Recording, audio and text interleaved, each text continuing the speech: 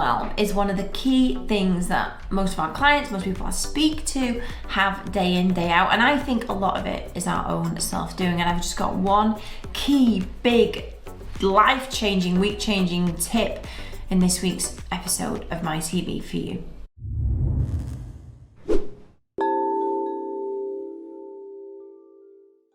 Hello and welcome to episode 245 of My TV. My name is Emma Mills and I exist and my PA exists to help business owners like you go from solopreneur through to thriving insourced or outsourced or employed team members so that you can focus on the fun stuff. That's the things you love to do every single week. And you know, the key to success and time freedom and enjoying the journey, which is the most important part, pretty much boils down to how we choose to spend each hour of our day, whether we choose to take a task, whether we choose to outsource it. And overwhelm comes from not optimizing our hours in the best way. And this week's episode is a quick win to tackle it for you.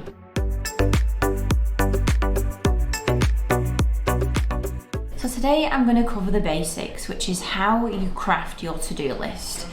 Most of us just keep writing and writing and writing on a to-do list. And while it's definitely cathartic to get everything out of your head that needs to go onto a list, using that list to operate the day is a surefire way to feel sad and tired and overwhelmed and like there is no end in sight to all of the things that actually need to get done in your business. I know that we want to do a lot as business owners, like we want to go faster, we want to do more, we want to do new things, we want to get so much done, but we can still do all of those things and make it easier on ourselves to move forward in a considered, measured way. This is not about doing less, it's not about making smaller to-do lists, it's about actually planning in realistically what we can get done. So many of our clients will show us to-do lists and it's just literally never ending. Everything's overdue, everything's red, it's a really long list, nobody would ever get it done.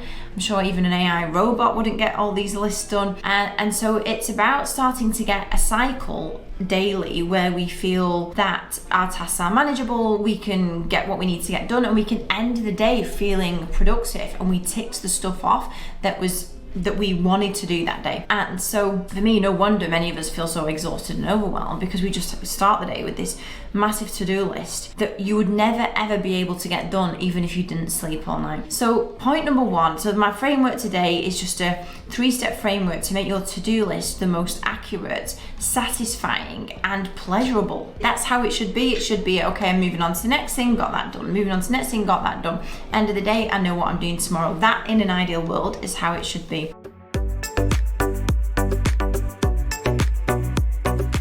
So number one, when you write your list, now even if it has got 10 things on it, 15 things on it, a million things on it, we're going to write the list, we've got what we've got, and then at the side of each task, I need you to put a measured amount of time that you think it will realistically take. Most often what we do here is that we undercook it. So if we think an email will take 10 minutes, it'll take half an hour. So just be mindful of that. But okay, just go for it first off. You measure how long you think each thing will take to get done. I will say that 9.9 times out of 10 of the people watching this who will do that against their to-do list is now going to take a week to complete or a month, or like the time's on it. So something you might take into the day and you're like, this is my thing to do for the day. When you're actually measuring how long everything takes, it would be a week to get it done. And so no wonder we leave the days feeling overwhelmed, like we're not doing enough, like we're behind all of the time, because all we're doing is just setting ourselves up to fail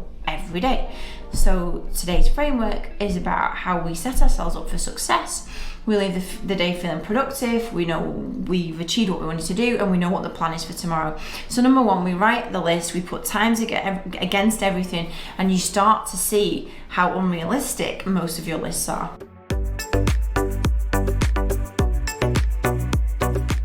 Number two, most often if you do this, you'll see it was totally unrealistic in the first place.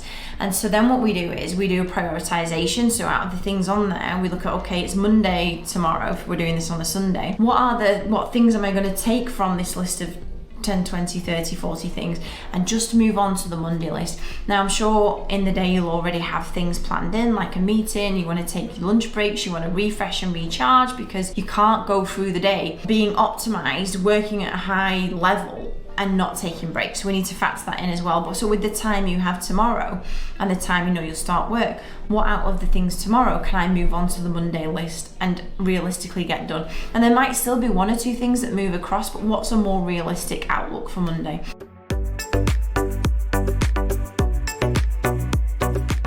And part number 3 is the things we move across to Monday, the things we make into our Tuesday list, all based on how long these things will take. We then pick the top 3 things, so they go first. Out of everything, what are the top 3 things? So as an example, for one of my days last week, I had things on the list such as getting back to one of the team members about a price rise, writing content for my TV. I had to clear down my inbox. I had some emails that were just on, needed a response specifically from me. I build up this list, and out of the things, I go, okay, well, actually, what are the top 3 things that need to get done that day? My emails, yeah, there are emails I need to reply to, but ultimately my inbox is somebody else's to-do list. That's not in my top priorities.